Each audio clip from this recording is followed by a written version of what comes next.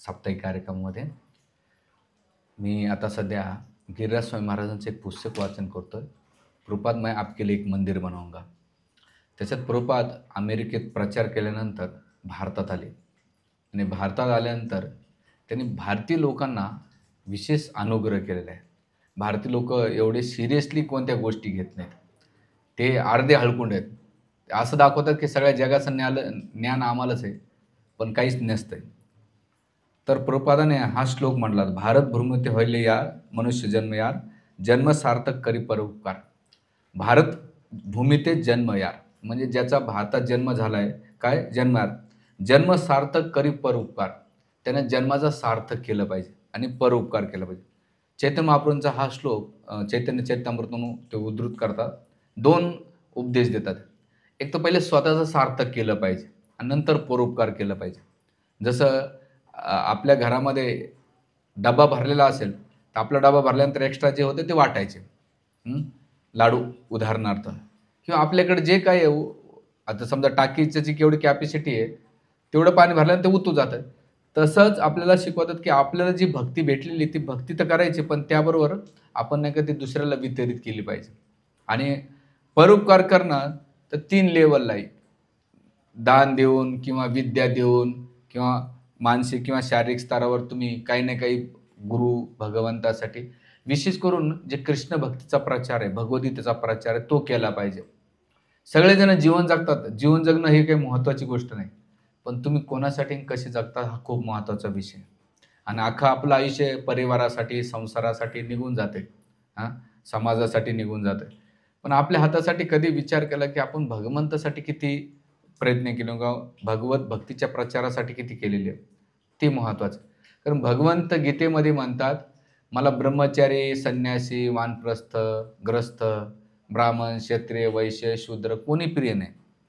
जो माझ्या ज्ञानाचा प्रचार प्रसार करतो त्याच्यापेक्षा प्रिय कोणी नाही आणि त्याच्यापेक्षा प्रिय कोणी होणार नाही, भगवंत सांगतात. मग एखादा म्हणे संन्यासी झाले भगवंताला प्रिय, अजिबात नाही. जो ह्या ज्ञानाचा 18वा अध्याय श्लोक नंबर 68 मध्ये ते भगवंत म्हणतात की हे जे ज्ञान आहे याचा प्रचार प्रसार कोणी करेल ते मला हे प्रिय आहे.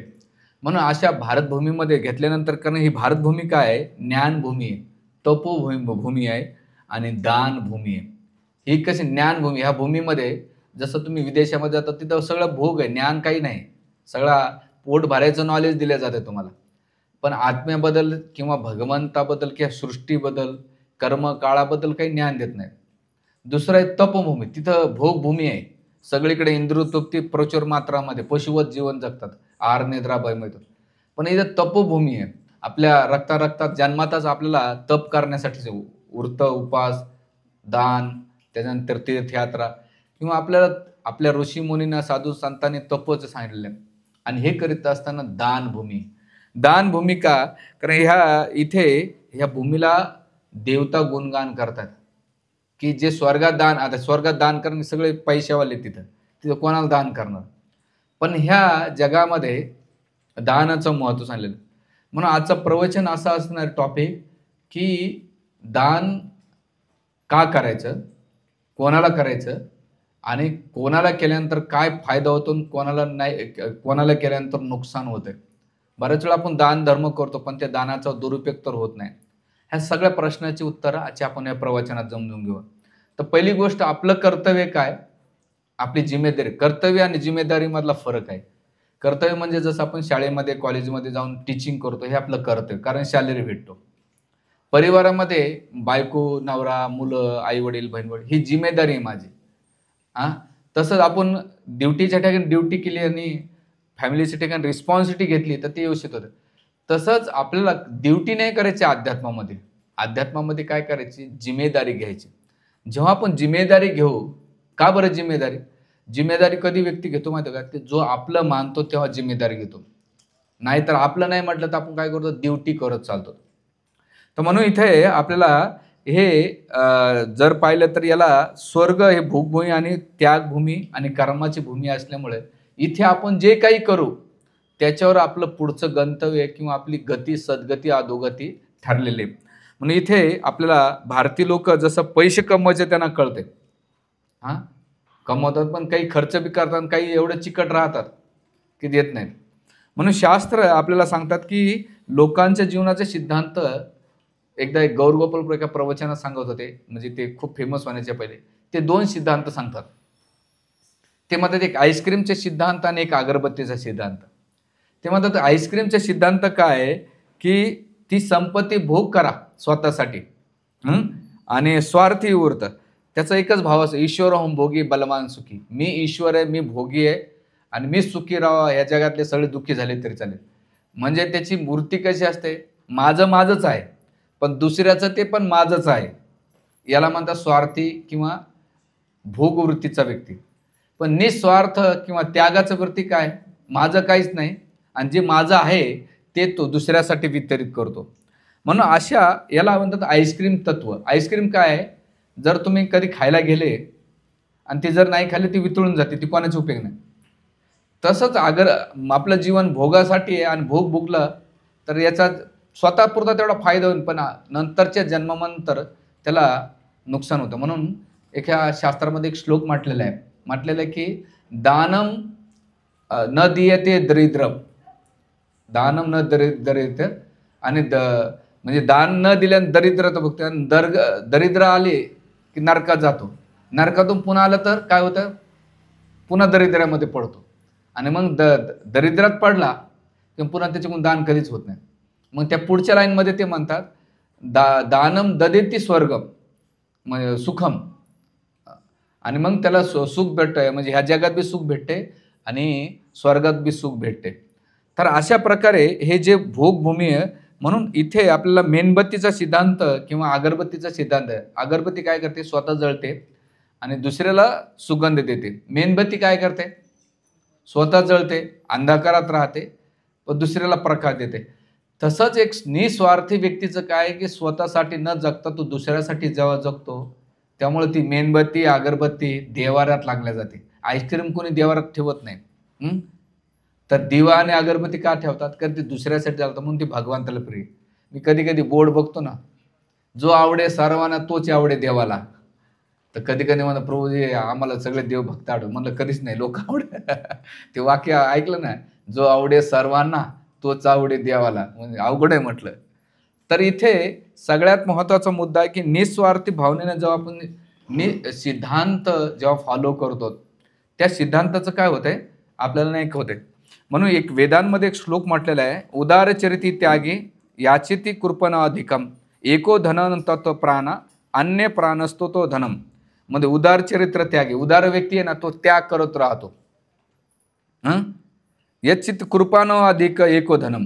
जी कृपण व्यक्ती आहे, कृपण म्हणजे कंजूस, तो काय करतो, तो एकटाच भोगी असतो, तो दुःख भोगत राहतो, मी आणि माझं, हे याला कृपान म्हणतात.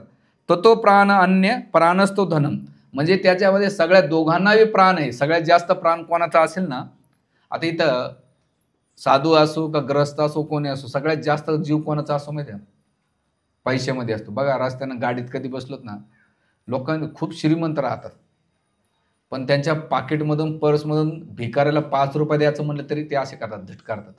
तुझ्या 5 रुपयाने ते काय मोठा बंगला बांधणार आहे का. पण माणसाची वृत्ती कशी, कधी कधी मला प्रश्न पडतो, समुद्राचं पाणी भरपूर आहे पण एक थेंब कामाचा नसतो. पण एखादा विहीर असते, छोटासा झरा असतो, पाणी कमी असतं पण सगळ्याची तृप्ती भागवतात. तसं एवढ्या वर्ष मी इस्कॉनमध्ये राहिल्यानंतर श्रीमंत व्यक्तीने कधी जास्त डोनेशन दिलेलं मला आठवत नाही. पण जो मिडल क्लास आहे, गरीब आहे, तो सगळ्यात जास्त डोनेशन देतो. म्हणजे त्याच्याकडे झरा छोटासा आहे पण तो सगळ्याच भागवतो. आणि जो मोठा असतो तो त्याचा एकदम चिटकलेला असतो, तो देत नाही, त्याचा आसक्ती डेंजर राहते. म्हणून इथे हे दिलेलं आहे. म्हणून भारतीय संस्कृती काय आहे, देना बँक आहे की न लेना बँक आहे. आपल्याकडे देना बँक आहे ना, पण काही जण देना बँक आहेत आपली, पण काही जण लेना बँक असतात. ते देवा मंदिरात बी जाताना एकच विचार करतात, देव मला किती देईन त्याच्यावर मी देईन. म्हणून ज्या ठिकाणी देना बँक, म्हणून भारतीय संस्कृती लेना बँक नाही तर कोणती बँक आहे, देना बँक. आता कोणाला देना बँक, जे भगवंताचं आहे. म्हणून इथे आपल्याला देण्याची भावना केली आणि ती भावना कोणासाठी, आपल्या परिवारासाठी. काही लोक एवढे चिकट राहतात, बापरे, ती स्वतः खात नाहीत, बायको लेकरांना देत नाहीत, निस्ते नोटावर नटाले होतात. म्हणून शास्त्र सांगतं हे धनाचे 3च गती आहेत. एक पहिलं गती आहे की तो भोग भोगा, नाही दान करा. भोग नाही केला, दान नाही केलं तर काय होतंय, नाशियंती, तो नाशून पावतो. एकदा टाटा बिर्ला बिर्ला आपले सॉरी टाटा रतन टाटा म्हणतात, पैसा जर तुम्ही ते दान नाही केला तो खतासारखा सडून जातो म्हणले. म्हणून त्यांच्या जीवनात सगळ्यात जास्त डोनेशन कोणी देत असेल, पारशी समाज देतो. जाताना त्यांनी सगळी प्रॉपर्टी देऊन टाकली, कारण त्यांचं विजन क्लिअर राहते. आपले तर एवढे आता अधिकारी, कालच मी एक न्यूज ऐकली, 15,000 रुपये क्लर्कला पगार आणि त्याची प्रॉपर्टी किती झाली, 30 कोटीची. किती, 30 कोटीची. किती ग्रीड असेल हो. आता नाशिकला 5-6 वर्षापूर्वी एक बांधकाम खातं, जे खात राहणार आहे त्याला खातं म्हणतात. पोलीस खातं, त्याच्यानंतर बांधकाम खातं, महानगरपालिकेमध्ये वेगवेगळे खातच जे खात राहते त्यांना खातं म्हणतात.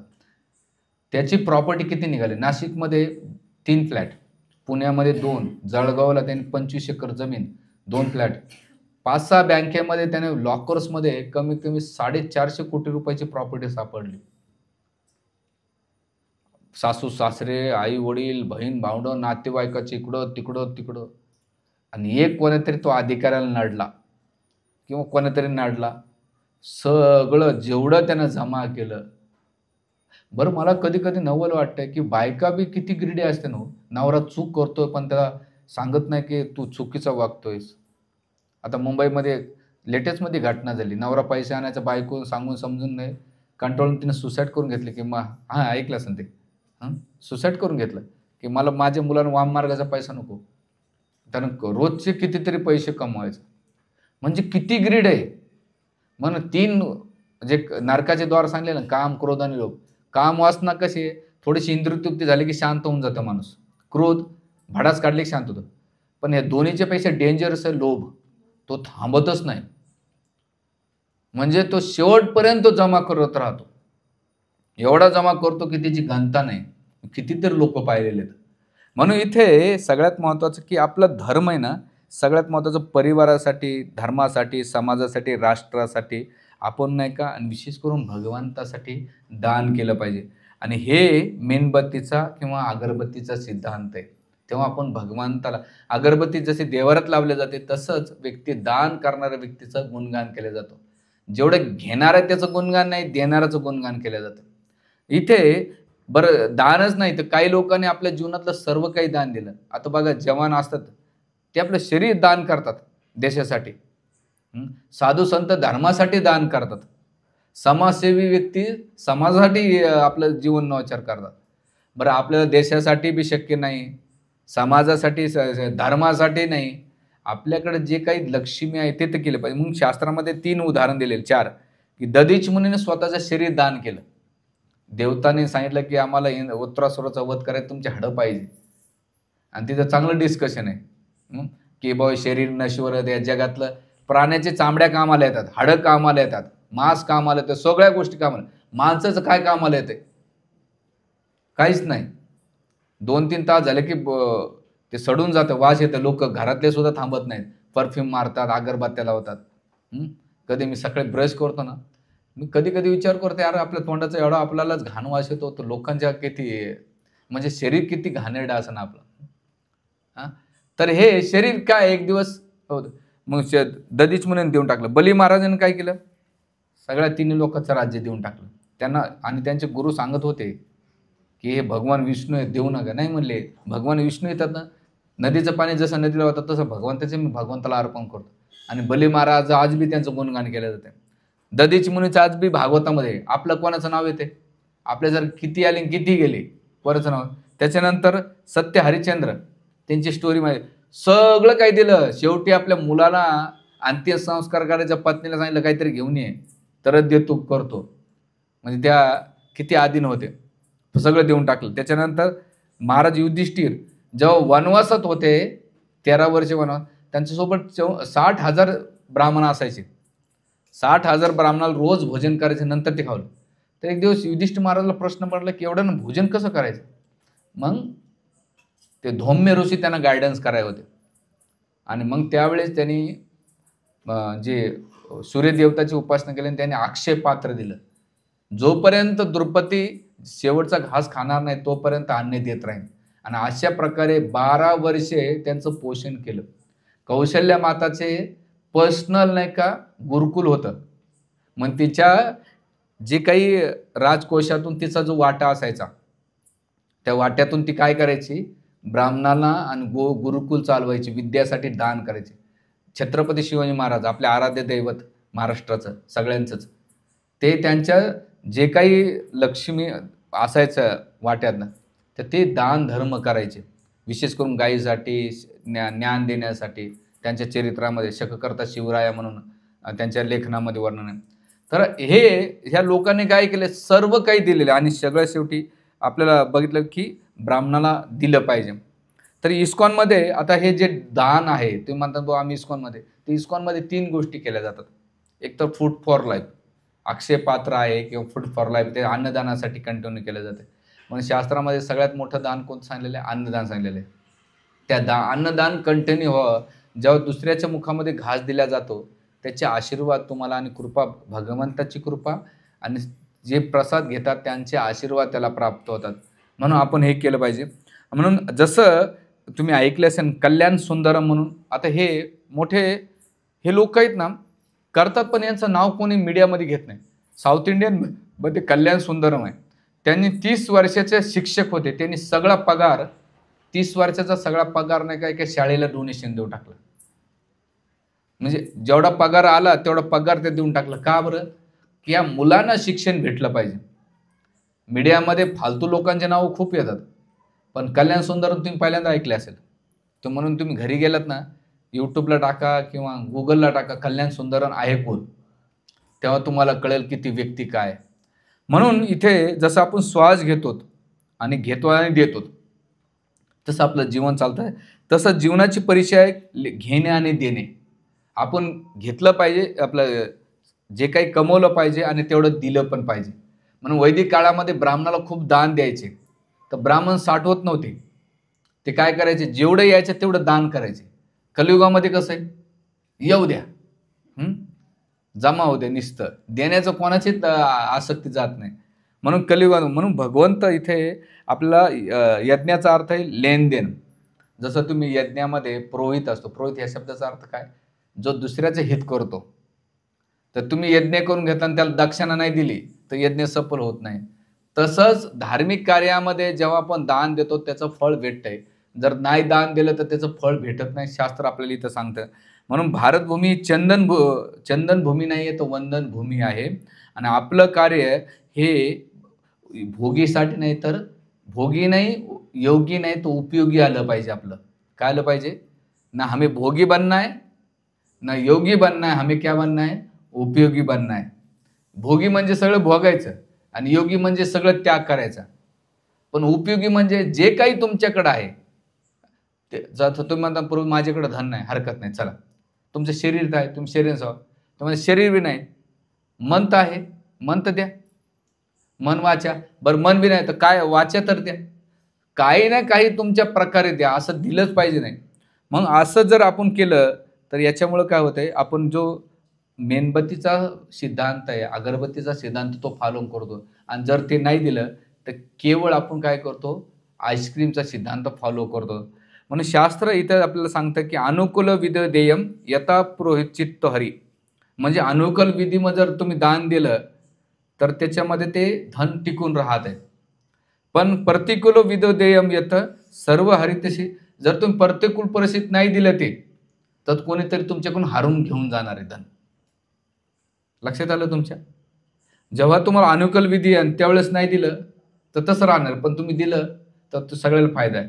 पण प्रतिकूल विधी आहे, देण्याची स्थिती नाही, आणि तुम्ही नाही जर दिलं तर शास्त्र काय सांगतंय, सर्व हरीश यशंती, म्हणजे सगळं तुमचं काढून घेतलं जातं. बरं आपण जिवंतपणे नाही दिलं, मृत्यूच्या रूपात एका झटक्यात सगळं काढून घेतलं जातं. मी मागं उदाहरण दिलं, माझ्या मामाचं आई सांगत होती की हातातल्या अंगठ्या सुद्धा नाही का मुलाने सोडल्या नाही. एक काळ असा असायचा की तो हात दाखवायचा हां, जसं नाशिकमध्ये एक पोलीस मंदिरात येतो आमच्याकडे, मागं पण मी प्रवचनामध्ये सांगितलं. त्याची बायको मंदिरात कधी यायचं असेल तर सोनं घालून हातात बांगड्या घालून येते आणि तो आला की "प्रभूजी काय चाललंय? प्रभूजी." आता मला कळालं ना हक्का म्हणायचं काय पण? हातात कडं, ह्या 3 अंगठ्या, इथं तो येत राहतो. एवढा चिकट आहे ना, येऊन नाही का मला उद्देश पाजळत राहतो. मग तुला मीच भेटतो का भाऊ? आता काय करा? हां. प्रभूजी, हरे कृष्णा. प्रभूजी, आपलं लय चांगलं चालू आहे. सगळं आपल्याला काही हे नाही. आपल्याला हे असं तसं. नंतर कळालं की हा मला दाखवतोय प्रभूजी अंगठ्या बघा माझ्या. तुझ्या अंगठ्या बघून मला काय फायद्याच्या? हां. आता तर मग तो म्हणजे किती सोनं आणि आचार्य सांगतात सोनं म्हणजे पिवळी विष्ट आहे त्याप्रमाणे सोना. हां. म्हणून जे नेहमी सांगत असतात सोन्याच्या माळा घातल्या तर चोरी आकर्षित होतात.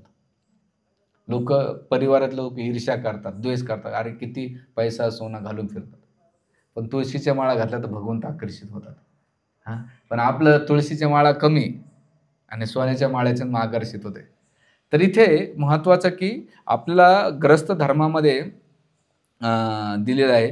जसं आता इथं नाही दिलं, तर गौतम सिंघाने तुम्ही ऐकलं असेल रेमंड ओनर आहेत. म्हणजे त्या माणसानं गौतम सिंघाने त्याचे वडील कोण होते? विजयपत सिंघाने. एवढं कमवलं त्या व्यक्तीनं 12,000 कोटीची प्रॉपर्टी. पण त्याने सगळे शेअर मुलाच्या नावानं, सुनाच्या नावानं करून दिले. त्याच्या 6 महिन्यानंतर त्याच्या मुलाने काय केलं, विजयपत सिंघानेच्या मुलानं गौतम सिंघाने बाहेर काढून दिलं. आणि तो व्यक्ती मुंबईमध्ये जो बंगल्यात राहणारा व्यक्ती 2 BHKमध्ये आला. जो 4 व्हीलरमध्ये फिरणारा तो टॅक्सीमध्ये फिरू लागला. आणि मित्र पैसे देऊन त्याचं पोषण करू लागले. विचार करा, किती प्रॉपर्टी होती आणि एका मिनिटात किती आणून खाली सोडलं. नंतर त्याच्या बायको, ते पुन्हा भांडण झाले. मग त्याने पुन्हा वडिलाला घेतलं. तो नंतर हिस्ट्री वेगळी. तर हे धन आहे ना, मृत्यूच्या नंतर एक पत्नी, नातेवाईक किंवा सगळे पिता-पुत्रच हे त्याचे अधिकारी बनणार आहेत. आपल्यासोबत काही येत नाही.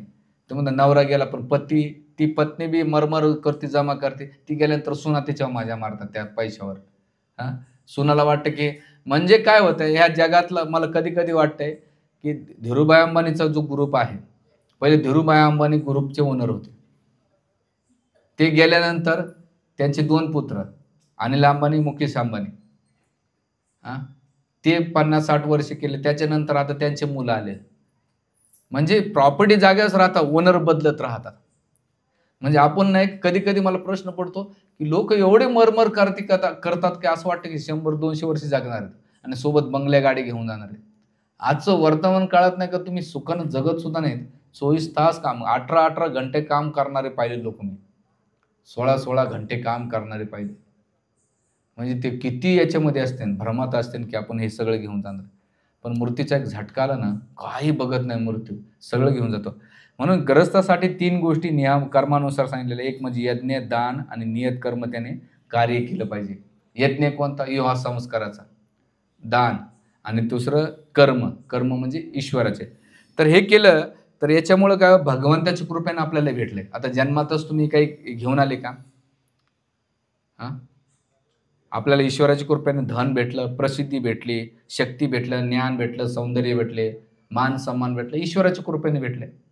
आणि जाताना काही घेऊन जातात का? जसं आता नाशिकमध्ये 2-3 वर्षापूर्वी मंदिरातले एक चांगले वेलविशर होते, खूप मोठे वेलविशर. ते वारले. वारल्यानंतर आम्ही कीर्तनाला गेलो होतो. आणि त्यांचा गंगापूर रोडला खूप मोठा बंगलावर गाडी आणि ते मंदिराला चांगलं वेलविशर बऱ्यापैकी ते. गेल्यानंतर ते तिरडी बांधत असताना पहिले गवताच्या पेंड्या टाकल्या होत्या. बांबू, गवताच्या पेंड्या, पांढरा कपडा आणि त्याला सगळं त्याच्या अंगावर अंघोळ घातली. त्या पांढऱ्या कपड्यामध्ये वरतून फाडलं आणि लावून दिलं. जाताना एवढा माणूस मोठा होता. मनात प्रश्न पडला की माणसानं काहीच घेऊन गेलं नाही यार.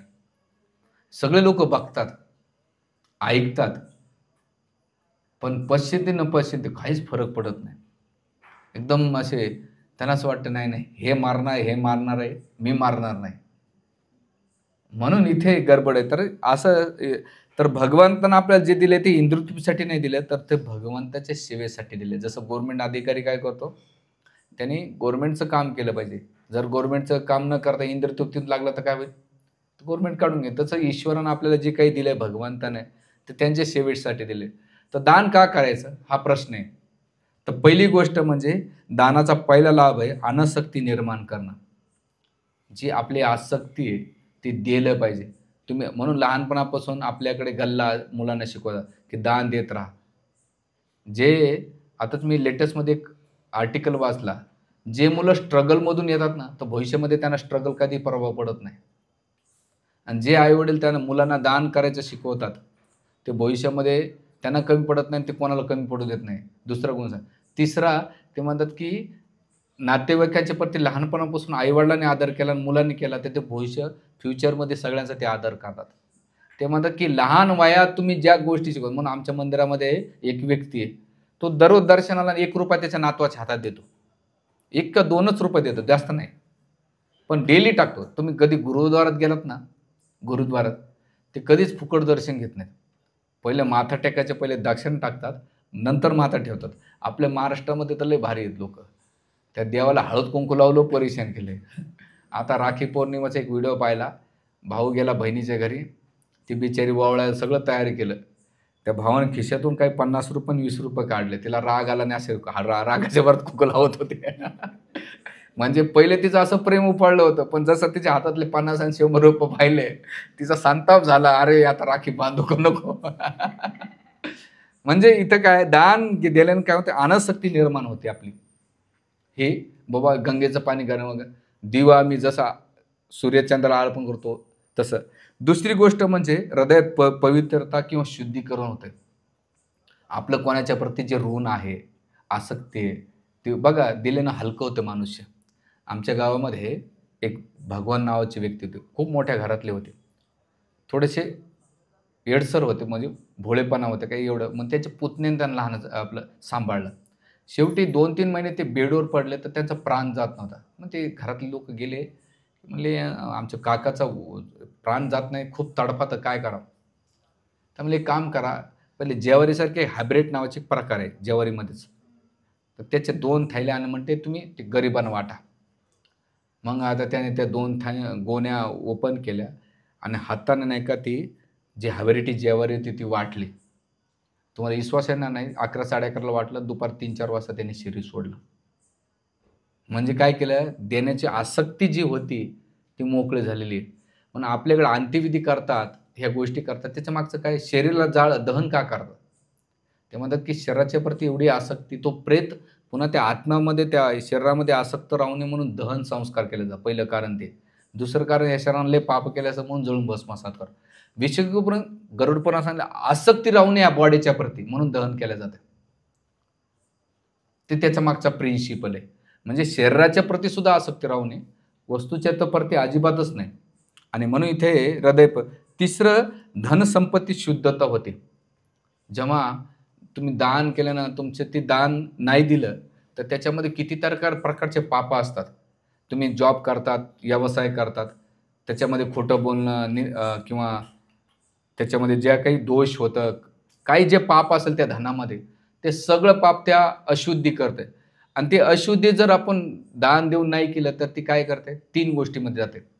एक तर कोर्टात जाते, एक तर हॉस्पिटलमध्ये, नाहीतर तिसरं चोरं मारून येतात. हे मी भीती घालत नाही शास्त्राचं मध्ये. बाकी तुम्ही निर्णय घ्या. जे ऐकणारे आहेत आणि तुम्ही पण. हां. ते म्हणा प्रभूजी आम्हाला घाबरून देतात. नाही, शास्त्र मत आहे. याच्यात तुम्ही ठरवायचं काय आहे? हां. नाहीतर YouTubeला रिकामे बसलेले असतात कमेंट करायला. हां, असं कसं काय म्हणता तुम्ही? तर महत्त्वाचं ती शुद्धता. तिसरं दानाचा लाभ काय आहे? कृष्ण भावनेच्या प्रचार प्रसारासाठी केलं पाहिजे. लोकं बाकीच्या धर्मामध्ये खूप देतात. आपल्याकडे कोणी देत नाही. जिथं भगवत भक्तीचा प्रचार होतो तिथं ते दिलं गेलं पाहिजे. अन्नदान होतो, गोसेवा होते, ज्ञानाचा प्रचार होतो. हां. तर मग प्रभुपाद म्हणतात, की ग्रस्त आणि ब्रह्मचार्यामध्ये काय असलं पाहिजे? ब्रह्मचारी आणि संन्यासाचं काम आहे लोकांना ज्ञान देणं, धन कमवायचं नाही. आणि ग्रस्ताचं काम आहे ब्रह्मचारी आणि संन्यासाचं मेंटेन करणं. त्यांना त्याच्या मोहमाया जास्त जमवायची नाही त्यानं. त्यानं काय की त्याचं अन्न, वस्त्र, निवारा ग्रस्ताने निभवायचा. आणि ब्रह्मचारी आणि संन्यासीचं काम आहे त्या ग्रस्तांना धर्माचं ज्ञान देणं. त्यांना धनाच्या मागं लागू नये, ही क्लॅरिटी दिलेली. जर साधू आणि ब्रह्मचारी धनाच्या मागं लागले तर त्यांची अधोगती होती. म्हणून ग्रस्ताचं काम आहे ब्रह्मचार्याचं मेंटेन करणं, आणि ब्रह्मचारी आणि संन्यासाचं काम आहे ग्रस्तांना धर्माचं ज्ञान देणं. हे एकूण डिपेंडन्स असेल तर दोघांच्या प्रती आदर राहतो, लोकांच्या जीवनात परिवर्तन. आणि मग प्रभुपादांनी काय केलं, दोघांना डिफरन्सेस केला. लोक म्हणतात नाही आम्ही धनाला हात लावत नाही. प्रभुपाद म्हणतात की सगळ्या नोटासोबत मला फोटो काढा. तर का बरं? अरे हे सगळा पैसा मी स्वतःच्या हिंदुत्वतेसाठी वापरत नाही, तर मी हे कृष्णाच्या सेवेसाठी लावण्यासाठी वापरतो. आणि तेच काम ब्रह्माचं. त्याच्यानंतर भगवत प्रेमाची वृद्धी आणि भगवत धामात जाण्यासाठी हे दान केलं पाहिजे. विशेष करून अंबरीश प्रभू जे फोर्ड कंपनीचे मालक आहे, तुम्हाला मायापूरचं मंदिर 2000 कोटीचं आहे, त्यातलं 1200 कोटी त्यांनी स्वतः दिले. प्रभुपादाची पुष्प समाधी त्यांनी स्वतः बांधली. जॉर्ज हॅरिसन भक्तिविधान मानर मुंबई आपलं लंडनमधलं कितीतरी एकरामधलं त्यांनी स्वतःचा बांगला देऊन टाकला इस्कॉनमध्ये. आणि तुम्ही कृष्ण बुक वाचला असेल, त्याच्या पहिल्या प्रिफेसमध्ये त्याने डोनेशन दिलेलं आहे त्या पुस्तक छापण्यासाठी. भारतीय लोकांनी दिलं काय? भारतीय लोक नाही का देतात कमी पण जास्त हेच करतात. ते जगभरात पुस्तक छापण्यासाठी जॉर्ज हॅरिसनने सगळ्यात जास्त पैसे मदत केली प्रभुपादांना. आणि प्रभुपाद म्हटले की मी तुझं ऋण फेडू शकत नाही, जे भारतीय लोकांनी मला केलं नाही पण तुम्ही केलं. आज लंडनमधले सगळ्यात मोठी जी प्रॉपर्टी असेल ते भक्तिवेदांत मॅनर दिलेले, आणि तो किती तरी 10 एकरामध्ये, विचार कर लंडनमध्ये ती दिलेले. तर हे दिलं त्याच्यामुळं कितीतरी मोठं. आणि म्हणून आता काय दान देण्याचे अडथळे काय? आता दानाचे तर लाभ सांगितले. अडथळा, पहिला अडथळा आहे की प्रभूजी परिवारासाठीच नाही तर तुम्ही धर्मासाठी कुठून येणार आहे? परिवारच मेंटेन एवढं कठीण चाललेलं आहे, तर तुम्हाला देव कुठून? हा पहिला प्रश्न. दुसरा प्रश्न विचारलेला आहे, व्यक्ती किंवा संस्थेवर विश्वास नाही की पैशाचा उपयोग करतील. लोकांना बरोबर आहे ना, कारण जिथं लोक आपण डोनेशन देतोय ती संस्था किंवा ती व्यक्ती उपयोग करत नाही. जे वैराग्याचे कपडे घालणार ते पण नाही का खूप मोठ्या वैराग्याचं प्रवचन सोडतात, पण मोठमोठ्या फॉर्च्युनर गाड्यांमध्ये फिरतात. किंवा त्यांच्या हातात सोनं बघा, त्यांच्या प्रॉपर्ट्या बघा, किंवा त्यांच्या प्रॉपर्टीवर त्यांचे घरचे लोक बसलेले असतात. त्याच्यामुळं लोकांचा दानावरला विश्वास सोडाला. तिसरं कारण आहे, दानाचा उपयोग होईल की नाही याची चिंता असते, किंवा मी जे दान दिलंय त्याचा उपयोग सगळ्यात त्याच्या पुढचं नंतर. बरं, या दानाचा उपयोग कशासाठी करतात लोक? सत्कार्य केल्यासाठी जर केला शास्त्रानुसार तर पुण्य प्राप्त होईल, आणि जर ते सत्कार्य नाही केलं, पाप किंवा इंद्रतृप्तीसाठी केलं तर ते सगळं पाप लागते. म्हणून भिकाऱ्याला पैसे कमी द्यायचे पण अन्न द्यायचं, कारण तुमच्या पैशातून त्यानं गांजा पिला, दारू पिली, तांबाखू खाल्ले किंवा आणखीन चुकीचे कार्य केलं, तर ज्याने डोनेशन पैसा दिला त्याला नाही का त्याचा बराबर भेटते, कारण त्याला सपोर्ट करणारे तुम्ही लोक. म्हणून दान करताना सत्पात्र व्यक्तीला देश काळ पात्रानुसार केलं पाहिजे. देश काळ, देश काय कोणता आहे, काळ, आणि पात्र व्यक्ती आहे का, अशा व्यक्तीला जर दिलं तर ते होईल. आणि म्हणून इथे भगवंत म्हणतात की यज्ञदान तपा कर्म न त्यजन्ति कर्ममेव यज्ञदान तत पावनी मनीषेन. मनीषीन व्यक्तीने या 3 गोष्टीच कधी त्याग करू नये. कोणत्या? की यज्ञ, दान आणि तप याचा. तर असं केलं तर होतं. म्हणून 3 प्रकारचे दानाचं वर्णन केलेलं आहे. पहिलं दान आहे सात्विक दान. सात्विक दान म्हणजे गुप्तदान, गोसेवेसाठी किंवा अन्नदानासाठी. दान करताना सत्वगुणाचं दान एका हाताचे दुसऱ्या हाताला कळायला नाही पाहिजे. आपण काय करतो, एक फॅन देतो पण 3 लोकांचे नावं टाकतो. की माझ्या आजोबाचं, माझ्या वडिलांचं, नातवाचं, अजून चौथा जर पाहता असलं असतं तर बायको लेकराचं बी टाकलं असतं. मी कधी कधी मंदिरात जातो लोकांच्या, ते पाहतो मंदिरात एवढाच फोटो देतात, पण ह्या व्यक्तीकडून मी फोटो दान केलेला आहे. अरे तू काय मोठा उपकार केलं काय? एवढं देतो टीचभर फोटो 10 जणांचे नावं टाकतो. तर सत्वगुणाचं दान म्हणजे एका हाताचे दुसऱ्या हाताला कळणं. ज्या दिवशी तुम्ही दान दिलं लोकाला कळालं तर तुमचं पुण्य त्या टायमाला नष्ट होतं. म्हणून सत्वगुणाच्या दानामध्ये येतं शिबिराजांचं, त्याने काय केलं होतं, सर्व काही दिलं होतं, याला सत्वगुण. दुसरं आहे रजगुण दान. रजगुण दान म्हणजे काय, देखाव करण्यासाठी मी एवढं दान केलेलं. तो गणपतीच्या परेडमध्ये मोठमोठे बॅनर लावतात, सो अँड सो व्यक्तीने एवढं दान दिलेलं आहे. तो पहिले म्हणतो माझं नाव कुठे आहे. मंदिरात बी जर फरशी लावायचं असेल त्या कोपऱ्यात त्याचं पहिलं नाव टाकावं लागतं, तो देतो. याला म्हणतात राशिक दान. आणि जेव्हा तुम्ही राशिक दान करतात त्यावेळेस तुमचं सगळं पुण्य नष्ट होतं, लोक तुमचं तेवढं परत गुणगान करतात. म्हणून शास्त्र इथं सांगतंय की राशिक दान कसं आहे, जसं लग्न कार्यामध्ये तो लग्नाचे करते लोकांना दाखवण्यासाठी तो करतो. म्हणजे हातीच्या आपल्या सुईच्या छिद्रातून हाती जातो, पण शेपूट अटकते. त्याच लग्न करणाऱ्याला जर सांगितलं ना तू डोनेशन दे मंदिराला, तर किती देतात ते? ₹500, ₹200, ₹101. पण लग्न कार्यासाठी आता मी एक ठिकाणी गेलो होतो. काहीतरी लग्न होतं. मी काही दुपारच भेटून आलो. त्या लग्नामध्ये कमी 25,000चे फटाके वाजवले. कमी नाही जास्त. आणि 1 मिनिटाचा आनंद, सगळं फोटो काढले गेलं. पण तीच लक्ष्मी जर भगवंताच्या सेवेसाठी लागली असेल तर किती पुण्य प्राप्त झालं असतं. माणसाची मती किती कलियुगानं गेलेली. याला म्हणतात राशिक दान. आणि राशिक दानामध्ये सगळ्यात मध्ये इंद्रतृप्तीसाठी तो काय करतो, भरपूर खर्च करतो आणि त्या जर भगवंतासाठी मागितलं तर त्याच्याकडून निघत नाही. म्हणजे हातीच्या आपल्या सुईच्या छिद्रातून हाती जातो आणि दान करायचं शेपूट अटकून जाते. याला म्हणतात राशिक दान. तिसरं तामसिक दान. तामसिक दान म्हणजे काय, जसं याच्यामध्ये दारू पाजणं, नॉनव्हेज खाऊ घालणं किंवा एखाद्यावर उपकार केल्यासारखं करणं. याच्यामध्ये जरासंधाचं उदाहरण आहे, उकराचुराचं उदाहरण आहे, किंवा असे कितीतरी मांसाहारासाठी अतिरेकी जे आजकाल पोषल्या जातं, लोकांना मारण्यासाठी देतात, किंवा कन्वर्जन करण्यासाठी धर्मपरिवार, याला म्हणतात तामसिक दान. आणि म्हणून महाभारतामध्ये दानाचा जो द्वंद्व आहे ते म्हणतात की महाभारतामध्ये यक्षाने प्रश्न विचारला आहे की दुःखम किम दुःखम, दुःखाचं कारण काय? ते युधिष्ठिर महाराज म्हणतात दुःखाचं कारण ऋणम, ज्याच्यावर ऋण असतं तो दुःखी असतो. कोणतं ऋण आहे ते पण सांगतात. 3 प्रकारचे असतात.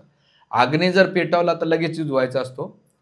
शरीरातला आजार असतो तो बळकावण्याच्या पहिले तो शांत केला पाहिजे, नाही तर शरीराला. तसं ऋण काढलं तर लगेच करावं, नाही तर तो तुम्हाला जीवनभर दुःखी करतो. तर ऋण हे सगळ्यात मोठं घातक आहे. आपल्यावर बी कोणाचं तर ऋण आहे आणि त्या ऋणाबरोबर त्या पैशाचं जो कर्माचे रिॲक्शन्स येते. म्हणून गावामध्ये व्याज व्यवहारी करणारे लोक असतात ना, ते आता तरी बँक आता त्याला स्टँडर्ड आलं. ते बँक व्याज व्यवहार करणारा जो पैसा असतो ना तो सगळ्यात डेंजरस असतो. आता टक्केवारी देतात ना लोकांना, 2%, 5%, तर त्याचं रिॲक्शन सुद्धा येते. म्हणून इथे शास्त्र सांगतं की महत्त्वाचं 3 गोष्टीमध्ये नेहमी आनंदी राहिलं पाहिजे. जेवणामध्ये, घरच्या जेवणामध्ये, दुसरं धनामध्ये, आणि तिसरं आपल्या पत्नीमध्ये संतुष्ट राहिलं पाहिजे. आणि दानामध्ये विशेष करून जे सात्विक दान आहे ते केलं पाहिजे. पण आता इथं प्रश्न असा आहे की दान कोणाला करावं, कोणाला द्यावं? तर तुम्ही जसं प्रत्येक गोष्ट पारखून बघतात ना, कपडे घेताना किंवा भाजी मार्केटमध्ये जाताना, घर घेताना, गाडी घेताना किंवा सोनं घेताना प्रत्येक गोष्ट पारखून घेतात. तसं तुम्ही जे दान देताय तिथं पहिले पारखून घ्या. तिथे 3 गोष्टी होतात का? पहिली गोष्ट, भगवंताची सेवा प्रॉपर होती का? अन्नदान होतो का? गोसेवा होती का? आणि तुमच्या धनाचा प्रॉपर उपयोग होतो का? अशा ठिकाणी केलं पाहिजे. आणि याच्यासाठी आपली बुद्धी लावून ते केलं पाहिजे. असं नाही की आमच्या संस्थेमध्ये करा किंवा या ठिकाणी. ज्या ठिकाणी तुम्हाला ही पारख करतो ना तिथं डोनेशन दिलं पाहिजे. आणि हे केल्यानंतर काय होतंय, प्रभुपाद म्हणतात की इस्कॉन कृष्ण भावनाबाई ते जर तुम्ही दिलं तर जगभरामध्ये कृष्ण भावनेचा प्रामाणिक प्रचार केला जाईल तुमच्या दानातून. बाकी तुम्ही ठरवा. आता इथे तुम्ही म्हणता ठीक आहे हिंदू धर्म नाही तर बाकीच्या धर्मामध्ये सुद्धा दान धर्म आहे. मुस्लिम धर्मामध्ये 100%च्या 33% जकात दिला पाहिजे. त्याला जकात म्हणतात. रमजानच्या महिन्यामध्ये ते शेवटच्या दिवशी जकात वाटतात. आणि आज बी कितीतरी लोक असे आहेत की ते जकात देतात 33% कंपल्सरी. म्हणून नाही का त्यांचा मोठमोठे मस्जिद या बाकीच्या गोष्टी पावटल्या जातात, गोरगरिबाला देतात आपल्याला. दुसरं, ख्रिश्चन धर्मामध्ये ते म्हणतात तुमच्या इन्कममधला 25 ते 30% ते दिला पाहिजे. म्हणून आज जे ख्रिश्चन कन्व्हर्जन आहे भारतातलं किंवा जगभरातलं, त्या ख्रिश्चन मिशनरी डोनेशन जमा आणि त्याला सपोर्ट करणारे आपण लोक आहेत. ते म्हणून कसं प्रभूजी, ज्या कॉन्व्हेंट स्कूलमध्ये एवढं डोनेशन देतात तुम्ही तुमच्या मुलांना शिकवण्यासाठी, भारतामध्ये किती कॉन्व्हेंट स्कूल आहेत? हजारो. त्या सगळ्या हजारोचं डोनेशन जो पैसा तो कुठं जातो? कुठं जातो? याचा एक मोठा ॲनालिसिस केलेला आहे की हिंदूला लोकांना परिवर्तन त्यांचाच पैसा त्यांना वापरला जातो. तुम्ही आपला खाली मंदिराचाच पैसा दिसतो तुम्हाला, नाही, मंदिराच्या व्यतिरिक्त तो देतातच लोक. पण या कॉन्व्हेंट स्कूलचा सगळ्यात जास्त पैसा कन्व्हर्जनसाठी वापरला जातो, प्रॉपर्ट्या घेण्यासाठी. आणि त्याच्याबरोबर ते बी ख्रिश्चन जे कन्वर्ट झालेले आहेत त्यांना पण पगारावर, त्यांना त्यांच्या सेटल करण्यासाठी किती पैसा कुठून येतो. तर त्यांनी तो पॅटर्न केलेला आहे आणि 20% दिले जाते. आणि हिंदू धर्मामध्ये सांगितलेले ग्रस्ताच्या नियमानुसार आणि रूप गोस्वामी म्हणतात 100%पैकी 50% त्यांनी काय केलं पाहिजे, परिवाराच्या फ्युचरच्या सेव्हिंगसाठी ठेवलं पाहिजे. किती? 50% फ्युचरच्या सेव्हिंग, 25% अन्न वस्त्र एज्युकेशन मेडिकलसाठी ठेवलं पाहिजे आणि 25% त्यांनी कृष्ण भावनेसाठी दिलं पाहिजे. ते मला प्रभुपाद म्हणतात कृष्ण भावनेसाठी तुम्ही एवढं नका देऊ, 10% द्या, 10% नाही तर 2% तरी द्या. म्हणजे जो धर्माचा प्रचार केला पाहिजे त्यासाठी दिलं पाहिजे. आणि असं केलं तर ते म्हणतात की शतुषु जायते शूरम सहस्त्रसु पंडिता वक्ता दहश शस्त्रू दाता भवंती वानवा. ते म्हणतात शतुषु जायते, 100मध्ये एखादा शूर प्राप्त होतो, एखादा सहस्त्रसु पंडित हो, 1000मध्ये एखादा पंडित निर्माण होतो. वक्ता 10,000 10,000मधून एखादा वक्ता बनतो, पण लाखामध्ये एखादा दाता बनतो. म्हणजे एवढं दुर्मिळ आहे. म्हणून आपण सर्वच लाभ काय आहे, जर तुम्ही दिलं, भगवंताला जर अर्पण केलं तर भगवंत काय करतात माहिती आहे का, तुमचं कणभर देतात आणि तुम्हाला मनभर देतात. भगवंत तुमच्या परतफेड डबल करतात. जसं भगवान कृष्णाचं बोट कापलं तर आपलं द्रौपदीनं आपला पल्लू फाडला आणि तिच्या भगवंताच्या बोटाला बांधलं, तर भगवंतानं काय केले, लाखो मीटर साडी कृष्णाने द्रौपदीला पुरवली. थोडासा तुकडा पाडला, धुडकं फडका, तो दिला, अर्पण केला, तर भगवान किती दिलं, खूप दिलं. सुदामाने काय केलं, थोडेसे पैसे शेजारी मागून घेतले, भगवंताला अर्पण केले, भगवंतानं सोन्याची नगरी दिली. त्याच्यानंतर काय, ब्रजवासी फळवाली वृंदावनची, ती भगवंताला रोज यायची पाहायला, तिनं भगवंताला फळं दिले. पण भगवंताने काय केलं, भगवंतात कोणती कमी नाही, भगवंत सगळं काही देऊ शकतात, पण ते आपल्याला सेवेची संधी देतात. आणि तुम्ही नाही दिलं तर कोणतरी करणार आहे. प्रभुपादाला एकदा विचारलं, प्रभुपाद जर एखाद्या डोनेशन, ते म्हणले नाही दिलं तर दुसरं कोणतरी भगवंत करून घेतील. आपल्याला जर माध्यम बनवलं तर आपण ते करून घ्या, आपण नाही केलं तर कोण ना कोणी करणार आहे. तुम्हाला पुण्य प्राप्त करायचं, भगवत प्राप्ती करायचं, तर तुम्ही ती संधी घ्या, नाही केलं तर दुसरं कोणतरी करणार आहे. जसं राम मंदिर होतं, कितीतरी भारतातले मोठमोठे उद्योगपती पुढे आले होते की मी एकटा, आता L&T ग्रुप म्हटलं की आम्ही बांधून देतो, तुम्ही एक पैसा देऊ नका. गुजरातचे कितीतरी परिवार, एकटाच परिवार आला होता, ढोलकीय परिवार, म्हटले आम्ही बांधतो. म्हणजे कितीतरी मोठमोठे लोक आले होते ते मंदिर बांधण्यासाठी. पण राम मंदिर न्यासनं काय केलं, अजिबात नाही. ते म्हटले की प्रत्येक भगवान रामचंद्राच्या मंदिरामध्ये प्रत्येक हिंदूचा 1-1 रुपया गेला पाहिजे. त्याला वाटलं पाहिजे मंदिर माझं आहे. किती पैशापासून जमा केले, 10 रुपयापासून. आणि आज किती प्रॉपर्टी दिले. भगवंताला देणारे भरपूर आहेत, पण आपण जर त्याच्यात माध्यम बनलो तर भगवंत आपला उद्धार करा. आणि ह्या जगातलं जे तुम्ही देतात ना, काळानुसार नष्ट होऊन जातं, पण भगवंतासाठी दिलं ते शाश्वत काळात राहत आहे, आणि ह्या जन्मात आणि पुढच्या जन्मात. म्हणून सगळ्यात महत्त्वाचं की निरपेक्ष भावना महत्त्वाचे, की तुमच्या खिशातले त्याचा प्रॉब्लेम नाही, पैशात किती खिशात तुम्ही देण्याचे, तुमचा प्रॉब्लेम हृदयातला प्रॉब्लेम आहे. तुमच्या पाकिटामध्ये किती हे महत्त्वाचं नाही, तुमचं हृदय काय म्हणतं हे महत्त्वाचं आहे. आणि भगवंत तुम्ही किती दिले हे बघत नाहीत, तुम्ही किती ठेवलं हे भगवंत बघतात. म्हणून शास्त्र आपल्याला क्लिअर करतात. आणि शेवटचा श्लोक म्हणतात, परोपकाराय फलंती वृक्षा, परोपकाराय वहंती नद्या, परोपकाराय दहती गावम, परोपकाराय विदम शरीर. ते म्हणतात परोपकाराय फलंती वृक्ष काय करतो, दगड खातो, ऊन वारा सहन करतो, पण तो काय करतो, मनुष्याला फळ प्रदान करतो. परोपकाराय वहंती नद्या, नदी पर्वतातून येते, खबड वबड रस्त्यातून येते, मोठ्या मोठ्या पर्वताला पार करून ती, पण ती काय करते, समाजाची जगाची ताण भागवण्याचे काम करते. तिचं जीवन स्वतःसाठी नाही, ती पाणी पण ती दुसऱ्याला देते. त्याच्यानंतर परोपकारा दहती गाव, जी गाय गवत खाते, पण आपल्यासारख्या मनुष्याला ती दूध देते. म्हणजे वृक्ष फळं देतात, गाय नदी पाणी देते, गाय दूध देते. पण काय म्हणतात, परोपकाराय इदम शरीर, आपलं शरीर की कोणासाठी दुसरं उपकारासाठी जर वापरलं तर भगवंत म्हणा प्राणार अर्थ धिया वाचा, हा, की एखाद्यानं आपल्याकडे प्राण अर्थ धिया काहीतरी समर्पित केलं पाहिजे ज्यामुळे भगवंत आहे. आणि आपण हे शरीर किंवा हे आपल्याकडे नाही दिलं तर मृत्यूच्या रूपात सगळं जाणार. म्हणून शिक्षाष्टक एक शेवटचं एका याच्यामध्ये सांगतात, त्यामध्ये ह्या जगातल्या सगळ्या गोष्टी एक ना एक दिवस क्षीण होऊन जाणार आहेत. तुमचं शरीर, तुमच्याकडे असलेल्या फॅसिलिटी एक ना एक दिवस काळाने, घर असू द्या, गाडी असू द्या, तुमच्या बँकेतला पैसा असू द्या, तुमच्या घरातल्या वस्तू असू द्या, काळानुसार सगळ्या क्षयाला जाणार आहेत. पण त्या क्षयाला जाण्याच्या पहिले तुम्ही कोणाच्या उपयोगात आणतात हे खूप महत्त्वाचं आहे. इंद्रतृप्ती केली तर तुम्हाला भवचक्रात अटकल, पण तीच वस्तू तुम्ही जेव्हा भगवंताच्या सेवेत लावता तर त्या वस्तूंचा पण त्या वस्तूबरोबर आपला पण उदर. म्हणून आपल्याकडे कोणती त्यागाची भावना ते त्याला युक्त वैराग्य म्हणतात. युक्त वैराग्य म्हणजे जे काही आहे तुमच्याकडे ते भगवत सेवेत लावा आणि आपलं जीवन धन्य करा. हरे कृष्णा कृष्णा कृष्णा हरे हरे, हरे राम राम राम. म्हणून आता जन्माष्टमी महामहोत्सव आहे. तुम्ही सगळ्यांना जन्माष्टमीचा पावन पर्वाला सगळ्यांना दान करा ही नम्र विनंती. धन्यवाद. हरे